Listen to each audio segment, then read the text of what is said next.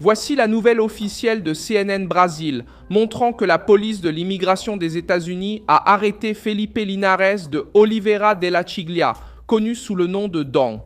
Désigné par les autorités américaines comme un ancien chef lié au PCC et au Commando Vermelho, et l'arrestation n'a pas eu lieu lors d'une opération ordinaire. Elle a eu lieu à Mooresville, en Caroline du Nord, après un contrôle routier, une tentative de fuite, une poursuite, un accident de la route et une capture. Ce qui place désormais un nom lié aux factions brésiliennes dans le système policier américain. C'est une arrestation qui s'inscrit dans une nouvelle phase de pression contre le crime organisé brésilien à l'étranger. Selon les autorités américaines, Don était recherché au Brésil pour association criminelle et extorsion. Il se trouvait en situation migratoire irrégulière aux États-Unis et tentait de s'échapper vers le Mexique. À l'intérieur de la voiture, les agents ont trouvé des téléphones portables, des ordinateurs portables, de l'argent liquide et un pistolet de 9 mm. Son épouse a également confirmé aux autorités qu'elle était retenue contre sa volonté. C'est là que la question se pose. Que faisait ce Brésilien aux États-Unis? Pourquoi l'arrestation a-t-elle eu lieu précisément lors de la nouvelle phase contre le PCC et le Commando Vermelho? Comment les données saisies peuvent-elles ouvrir un accès dangereux à la structure des factions? Je vais tout expliquer. Si tu aimes ce genre de contenu direct et sans détour, pense à t'abonner car ici il y a des vidéos comme ça tous les jours. L'arrestation a été annoncée par l'ICE, le service d'immigration et de contrôle des douanes des États-Unis, le lundi 15 juin. Felipe Linares de Oliveira de la Chiglia a été arrêté le 5 juin à Mooresville, en Caroline du Nord. La date attire l'attention car c'est précisément le jour où la désignation du PCC et du Commando Vermelho comme organisation terroriste étrangère par les États-Unis est entrée en vigueur. Avant cela, la décision avait déjà été annoncée par le département d'État, avec Marco Rubio affirmant que les deux factions figurent parmi les organisations criminelles les plus violentes du Brésil et que leur réseau illicite dépasse les frontières brésiliennes. L'affaire a commencé par un contrôle routier. Selon les informations divulguées par les autorités américaines, Dom a tenté de s'enfuir en voiture lorsqu'il a été stoppé par les agents. La fuite est devenue une course-poursuite, terminée après qu'il a percuté des véhicules à l'arrêt. Il a tenté de fuir à pied, mais a été arrêté peu après. À partir de là, l'opération n'était plus seulement un incident de la circulation et a pris une toute autre importance. Les agents ont identifié que le Brésilien avait des liens présumés avec des factions brésiliennes, qu'il était en situation migratoire régulière et qu'il faisait l'objet d'un mandat international lié à des crimes au Brésil. Le matériel trouvé dans le véhicule est l'un des éléments clés de l'histoire.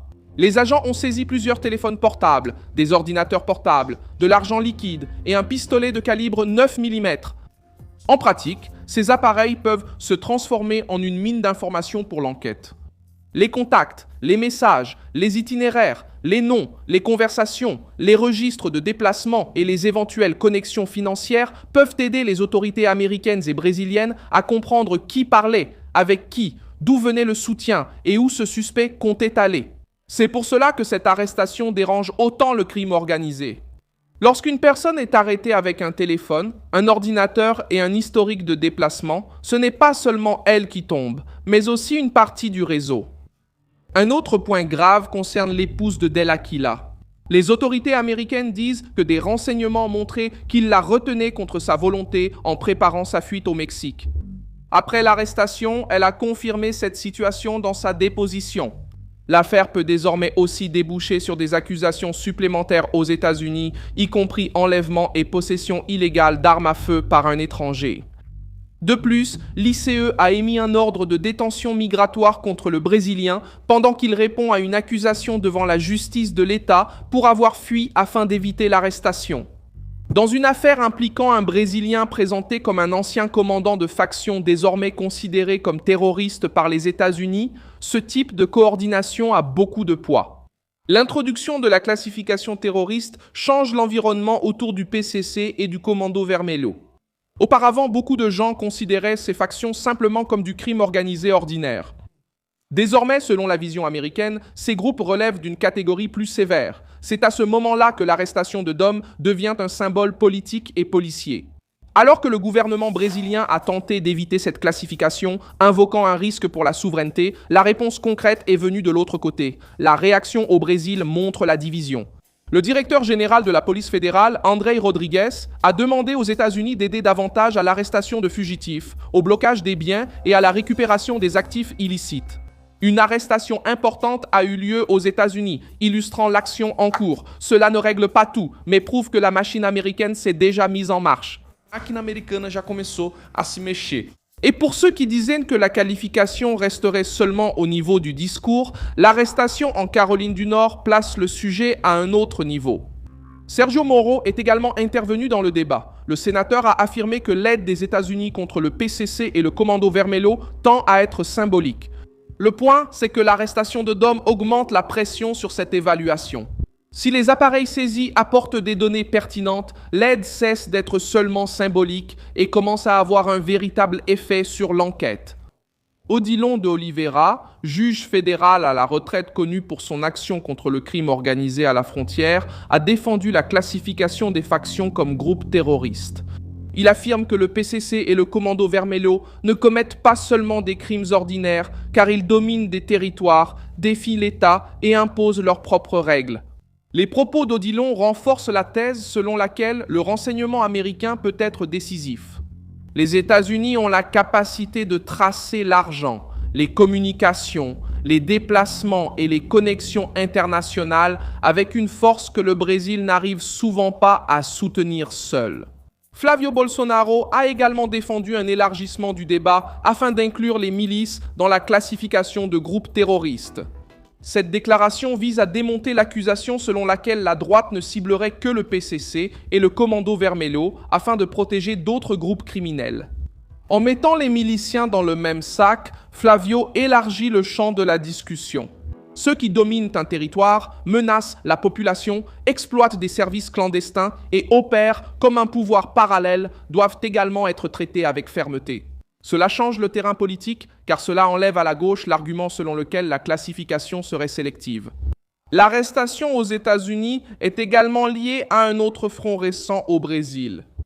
Ce mardi 16 juin, la police civile de Roraima a lancé l'opération Route du Nord contre des suspects liés au Trem d'Aragua dans 6 États. L'enquête indique une implication dans le trafic de drogue, le blanchiment d'argent et la fourniture d'armes au Commando Vermelho dans l'Amazonas et à Rio de Janeiro. 25 mandats d'arrêt et 30 mandats de perquisition et de saisie ont été exécutés à Roraima, dans l'Amazonas, à São Paulo, à Rio de Janeiro, dans le Minas Gerais et au Paraná. Ce développement montre que le Commando Vermelho n'agit pas seul. L'opération contre le Trem de Aragua indique une connexion d'approvisionnement en armes, y compris des armes de guerre mentionnées dans l'enquête, comme des fusils d'assaut, des mitrailleuses de calibre 50 et des lance-grenades. La police affirme que le groupe jouait un rôle stratégique dans la fourniture d'armes aux organisations criminelles dans différentes régions du Brésil. C'est une pièce de plus sur le même échiquier. Des factions brésiliennes, des réseaux étrangers, la circulation d'armes, le blanchiment d'argent et le crime organisé fonctionnant comme une structure transnationale. Ce qui effraie le PCC et le Commando Vermelho, ce n'est pas seulement l'arrestation d'un non-connu, c'est la possibilité que cette arrestation ouvre la voie à une coopération renforcée, au traçage des contacts et à de nouvelles mesures contre les réseaux à l'extérieur du Brésil. La sécurité n'est plus au stade du discours, elle est entrée dans une phase d'action. Pour le crime organisé, la semaine a commencé avec une alerte rouge. Pour ceux qui défendent un durcissement contre les factions, le message est simple. Lorsqu'il y a du renseignement, de la coopération et de la volonté politique, les structures criminelles commencent à en subir l'impact. Je suis Milson Alves, Global. Mon objectif est de vous tenir bien informés chaque jour avec des informations véridiques. Les liens vers les actualités se trouvent dans la description de la vidéo. Like la vidéo, abonne-toi et consulte les commentaires pour plus d'engagement avec la communauté Milson Alves.